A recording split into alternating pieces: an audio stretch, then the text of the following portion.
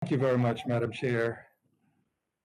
Madam Chair, I sincerely believe that there are some people who see the solution as just keep the problem on the other side of the border. As long as they're over there, doesn't matter what the circumstance happens to be in the city that they're in, just keep it on the other side of the border. I'm not one of them. We have a humanitarian crisis in Triangle, as we're calling it, but in Central America. And we have to do something about it. I just don't believe that the solution is fence them out. Someone drops a baby over the border. I don't think they will say toss the baby back, but there seems to be a belief that the baby shouldn't have fallen over. I'm not one of those people. I want to help the people in Central America. My belief is that President Biden has a good idea to fund a plan to help stabilize Central America and possibly to help other countries as well. Mexico should be helped. They've taken on a huge amount of responsibility when persons were just getting to the wall, stacking up. Mexico doesn't have a better economic order than we have, but we were perfectly content to just let them stay on the other side of the wall in Mexico. I'm not one of those people. So now, regardless of what happens to me, I believe the Good Samaritan asked the question, what's going to happen to that person if I don't help? Not what's going to happen to me if I try to help. So let me just ask you this, Ms. Podku. Ma'am, these mothers, fathers, they know that what they're paying to have their children crumb thousands of dollars is too much. They know they shouldn't put their children in the hand of a stranger, yet they do it. They know of the dangers along the way that they send them. My assumption is that you have talked to some of these children. What do the children tell you? Their parents tell them when they embrace them for the last time and say, be on your way. I'll come and get you at some point, but you need to go now. What do they tell their children? Thank you for that question. I mean, I'm a parent myself, and so being in that position is completely unimaginable, having to make those kinds of decisions.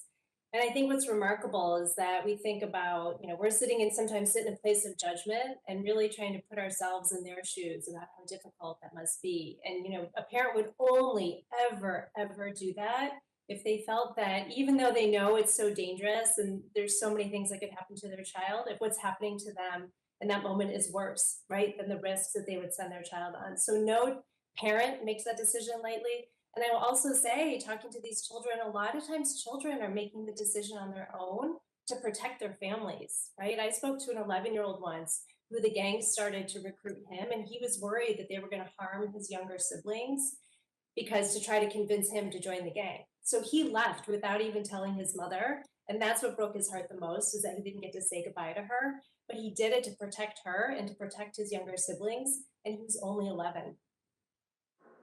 Well, I was at the border, and I think the child was 5 years old, screaming for her older brother that traversed this distance with her.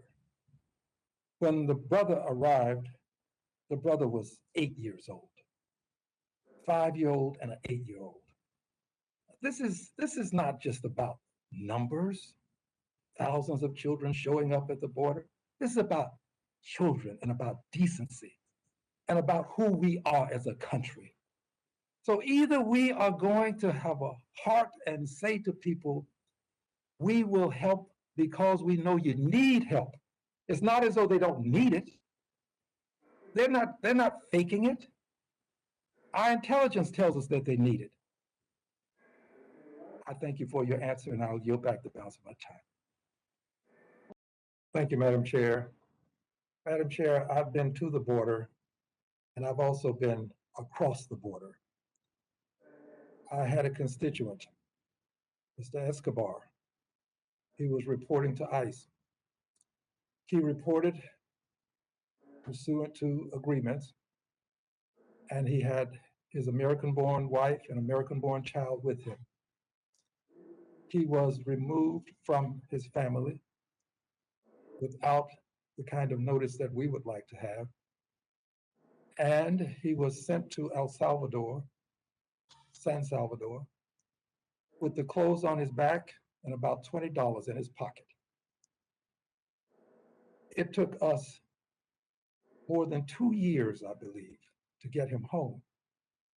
But in the process, I went there to see him. And I went to San Salvador and I went to a repatriation center.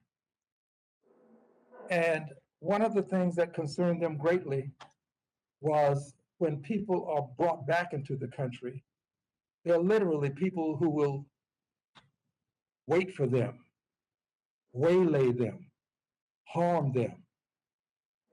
It's really not a pretty picture when you have an opportunity to see it up close and how these people are fearful of leaving the repatriation center.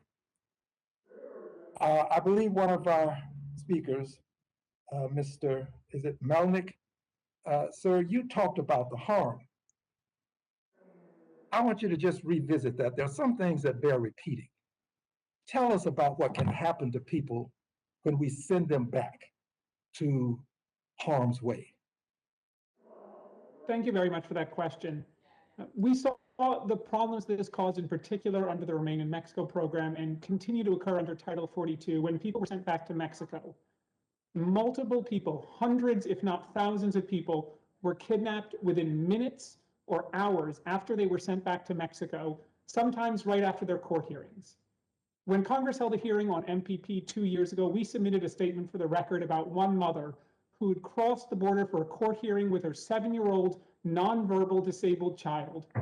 After asking not to be sent back to Mexico because of the danger, the previous administration ignored her pleas and sent her back to Mexico, and within 5 minutes, she was kidnapped at knife point, held, assaulted with her and her daughter, and ultimately ended up ordered deported for missing a court hearing because she was in the hands of her kidnappers when that court hearing was scheduled to occur. Even today, the cartels station people outside the ports of entry waiting for the US to send people back. As you said, this occurs in San Salvador as well, but it is most particularly egregious in Mexico, right at the border. And the State Department says that the Mexican state of Tamaulipas, where many people are returned, is a level 4 security risk comparable to Yemen, Syria, and Afghanistan, where no one should go. And yet we are still sending families back there every single day. We have to keep those risks in mind when we talk about sending people back and making them wait in Mexico, because as we know, those situations are not safe, especially for migrants and especially for Black migrants who are particularly at risk in Mexico, where there is often frequent discrimination against them. With reference to the gentleman that I mentioned earlier, sir, Mr. Escobar, he had to stay at home most of the time. He was accosted when he left. Now, mind you, he was dropped off at the airport, hadn't been to El Salvador in 15 years. Dropped off at the airport, just a few dollars in his pocket. He and some others had to get together, pool their resources, and try to get a vehicle to get them outside of the city to a safe place before it got too dark. They had to literally try to escape from the airport to avoid harm. This is not a pretty picture. You have to actually see the people and how they fear for their lives to appreciate what's happening to them. There is a lot of fear, and my hope is that what you've said will have some meaning to us about just sending people back to harm's way. And I appreciate your commentary. And Madam Chair, I thank you for the second opportunity. I just pray that this will have a better ending than it seems that we're headed toward. I yield back. Thank you, Mr. Green, for sharing with us and for yielding back. That's all we have for questions from members. I want to thank the witnesses for their valuable testimony and the members for their questions. The members of the subcommittee may have additional questions for the witnesses, and we ask that you respond in writing. Without objection, the committee record should be kept open for 10 days. Now, I also want to ask unanimous consent to submit for the record letters from CHIRLA, the Lutheran Immigration and Refugee Service, Catholic Charities, Amnesty International, First Focused on Children, and Young Center for Immigrant Children's Rights. They submitted testimony. Hearing no objection, we will include those as well. Hearing no further business, the subcommittee stands adjourned.